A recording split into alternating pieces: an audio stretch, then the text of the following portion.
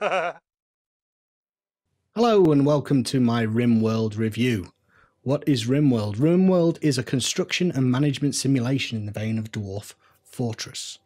You start with 3 colonists, they crash land on an alien world, and it's your task to order them to harvest, hunt and mine for resources.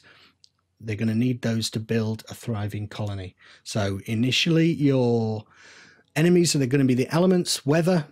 You're going to get cold, you might get too hot, you might overheat. There are things like lightning strikes that can cause fires. So the elements initially, the wildlife occasionally goes mental and attacks you.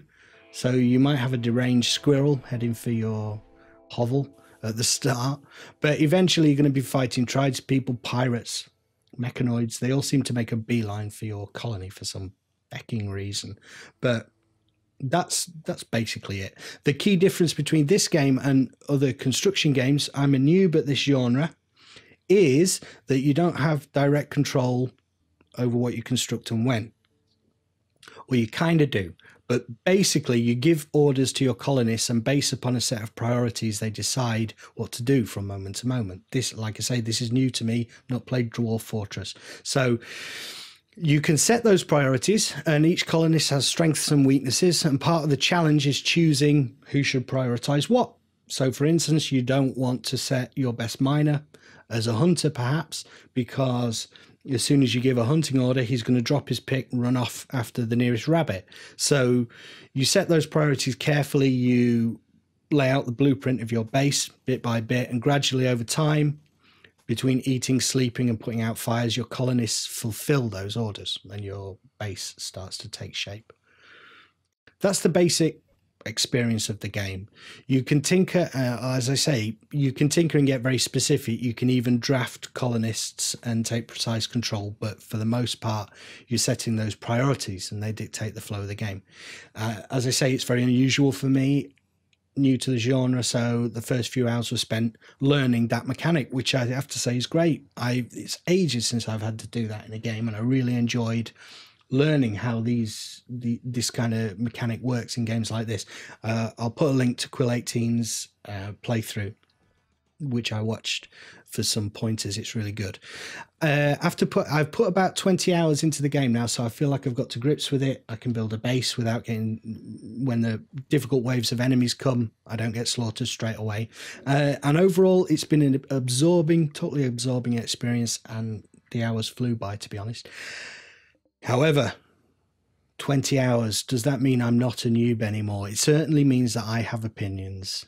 I've spent 20 hours playing the game. So I've gone from a noob to a know-it-all in 20 hours. But I did want to give my opinions. This is meant to be a review. And my first opinion would be that despite being engaged for that good, solid chunk of time, there's probably not enough options in building events that can occur and whatnot to maintain an interest between a couple of really good playthroughs. The game is currently in early access, so that's probably going to be addressed over time, and the developer is constantly adding content and updating the game. But since it's playable now and you can buy it now, you can purchase it, I think that's a valid concern for people, and they should be aware of that. There's a healthy modding community, which is going to help, but definitely the base game probably needs expanding upon if you're going to return to it beyond a couple of playthroughs, I feel. Also, the constant stream of attacks from enemies started to grate for me after a while, and it started to hinder my enjoyment of developing characters and constructing the colony. Actually, after a couple of games, I switched to the AI storyteller. There is a couple of different storytellers who decide the events that can happen in the game, and the basic one leads to this flow of attacks over time that escalate in severity.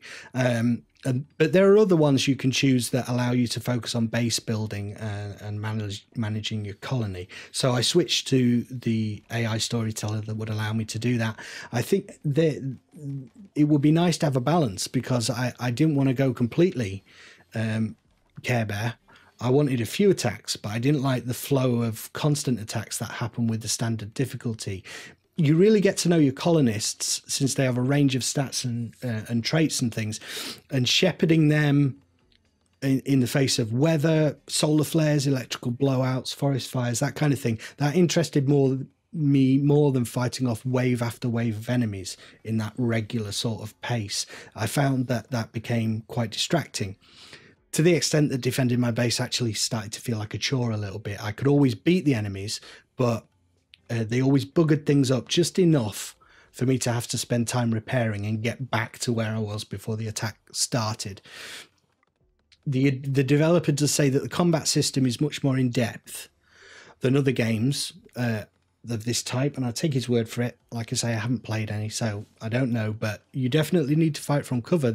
You need to flank enemies, you need to choose weapons carefully. It feels like there's depth there, but because of that, as I said, that flow of that ebb and flow of, it's not even an ebb and flow, it's a pretty constant. You're gonna get, if you've not been attacked for a while, you kind of get to know an attack's coming, and I'm gonna have to deal with this. So actually the combat became the least enjoyable aspect for me.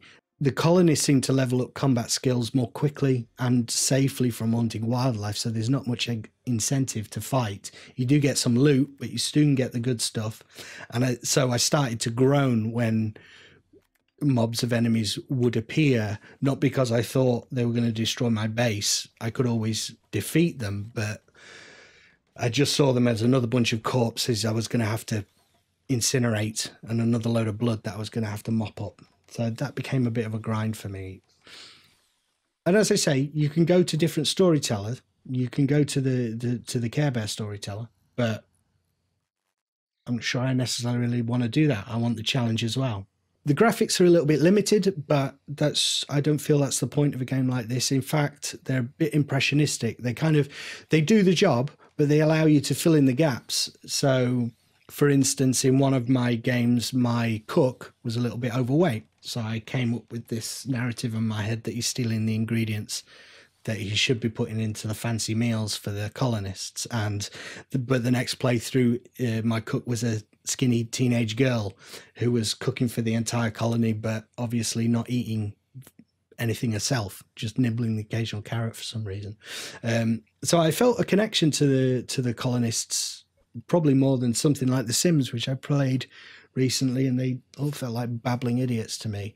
So the graphics are fine for me. In fact, they allow my imagination to wander. The music is great. It fits the mood perfectly, I feel. I didn't switch it off, which is something that I always do with games that take a little bit of thought and consideration. I switched the music off, and I didn't in this game. So that said something, for me perhaps only. So Rimworld, it's a great game and it's got great potential. I feel people should be aware that of that kind of, there needs to be more content, I feel. But it is in alpha, so bear that in mind. But even with that limitation of the content gets a bit samey, I played this game for 20 hours and I only then started to get bored, and 20 hours is the amount of content in some AAA titles. So there's already enough there to justify the asking price, which is why I decided to do a review anyway. It's definitely one of those early access games that there's enough there to talk about already, and hopefully it will just get better over time. So that's my review of Rimworld. I would say give it a shot if you're into that type of game, if it sounds intriguing. Like I say, it was new to me and I just gave it a shot and really enjoyed it. So you might like to do the same.